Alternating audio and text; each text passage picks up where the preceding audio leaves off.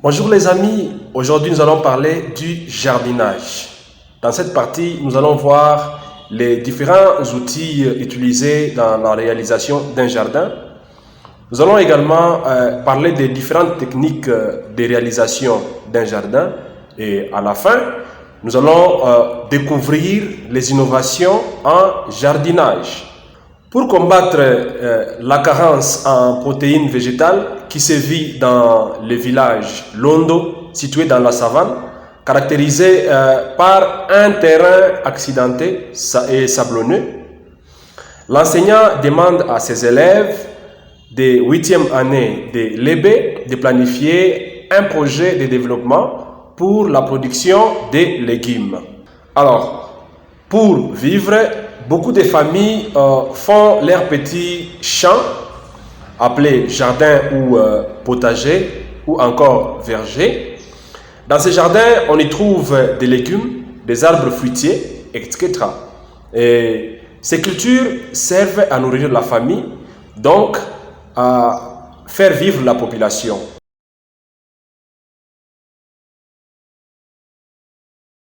Nous entamons les premiers points et là nous allons voir les différents outils utilisés dans la réalisation d'un jardin. Alors, chaque activité au jardin nécessite notamment des outils bien spécifiques et ainsi nous distinguons des catégories d'outils, à savoir les outils pour travailler la terre et les outils de base pour l'entretien d'un jardin. Voici les outils pour travailler la terre. Nous avons la bêche, la binette, les râteaux, les serre-fouettes et la griffe à dents. Nous avons également les plantoirs, le transplantoir, nous avons les sarcloirs ou grattoirs. Et parmi les outils de base pour l'entretien d'un jardin, nous pouvons citer le gant, la brouette, l'arrosoir, les sécateurs, la cisaille, les brancheurs, la scie arboricole, les pulvérisateurs.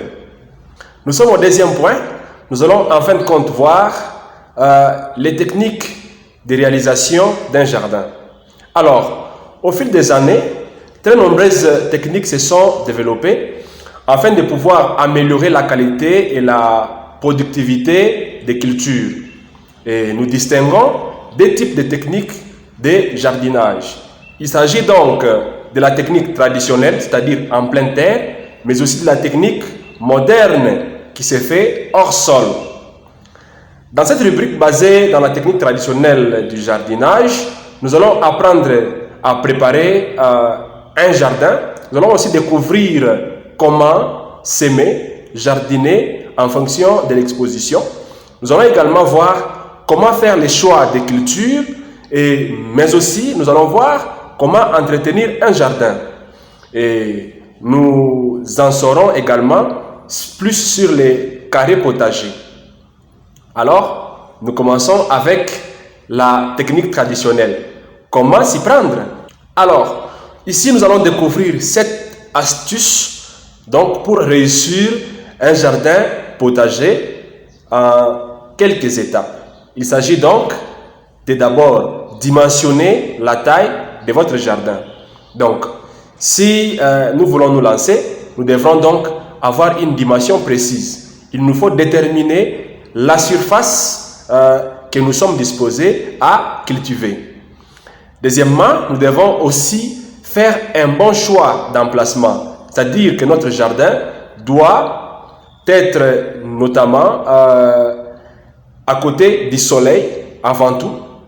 Notre jardin doit avoir une situation à l'abri du vent. Notre jardin doit aussi avoir un sol profond et fertile. Troisièmement, nous devons concevoir les plans du jardin.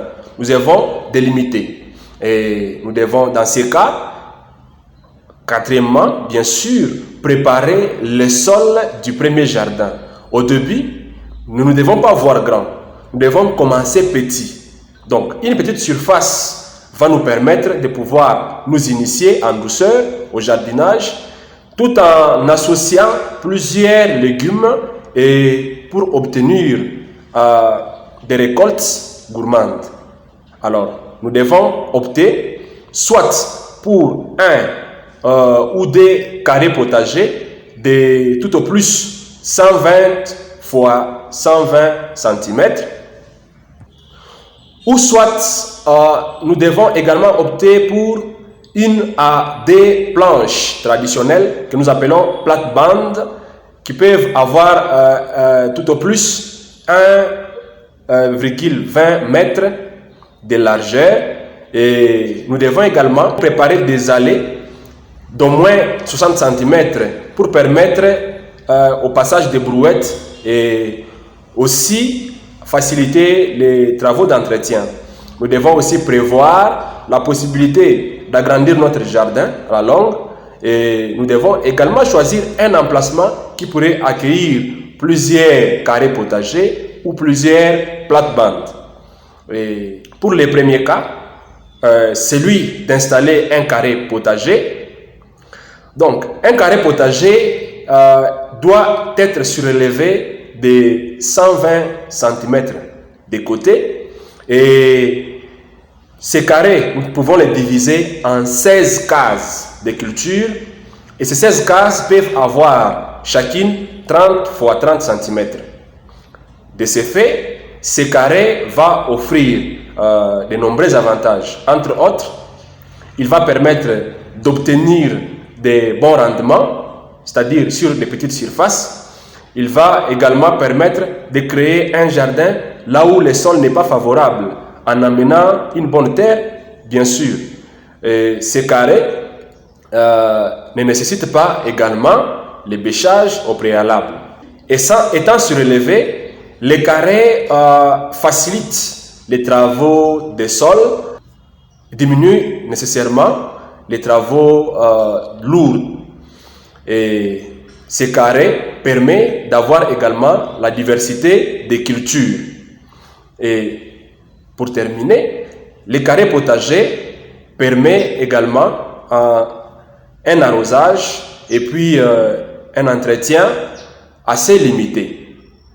Pour le deuxième cas, celui de préparer une ou des plates-bandes ou planches, ce cas est un cas un peu compliqué. Là, il faut le reconnaître, dans la mesure où la préparation du sol est un peu fastidieuse et tout à fait nécessaire. Pour cela, il faut commencer par tondre ou faucher les sols afin de dégager les couverts végétales. Il faut également bêcher ensuite votre sol à l'aide d'une fourche bêche. Il faut également retirer les racines, les cailloux, les mauvaises herbes qui sont sur votre sol à cultiver. Par après, il faut épandre une grosse pelletée de compost ou encore d'engrais par mètre carré, et à l'aide d'un coq ou d'une bêche, vous devrez mélanger ce compost ou cet engrais à la terre, et pour finir, se mettre en place pour finaliser en passant par les râteaux afin de pouvoir égaliser votre sol. Le point suivant, c'est le choix des plantes faciles à réussir pour votre premier jardin.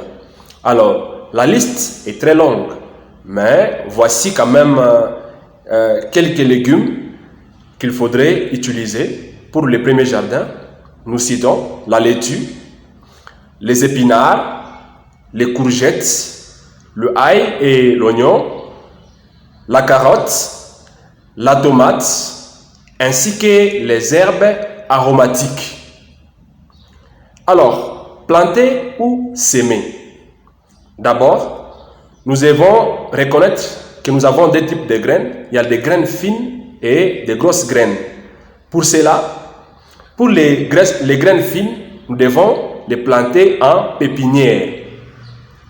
Par exemple, la laitue et les amarantes, la tomate.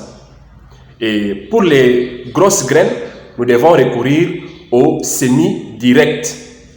À l'exemple des courgettes gombo, etc. Alors, après avoir planté en pépinière, il faut passer par les repiquages. Pour cela, il faut espacer suffisamment vos cultures pour favoriser un bon développement. Il faut également bien tasser la terre autour de la plante repiquée. Et il faut également terminer par un arrosage copieux. En ce qui concerne les semis directs, nous devons donc semer les graines directement dans notre carré ou dans notre plate-bande et nous devons tasser légèrement la terre et arroser de façon fine. Il faut enfin éclaircir les semis lorsqu'ils ont levé et c'est là pour éviter que les légumes ne poussent trop serrés, ce qui pourra jouer beaucoup plus dans leur développement. Et le point suivant, c'est l'entretien de notre premier jardin. Alors, pour bien entretenir notre premier jardin, nous devons biner et arroser régulièrement. Parce que le binage et l'arrosage régulier du sol nous aident à délocaliser les mauvaises herbes et nous aident également à rendre notre sol perméable et humide. Merci.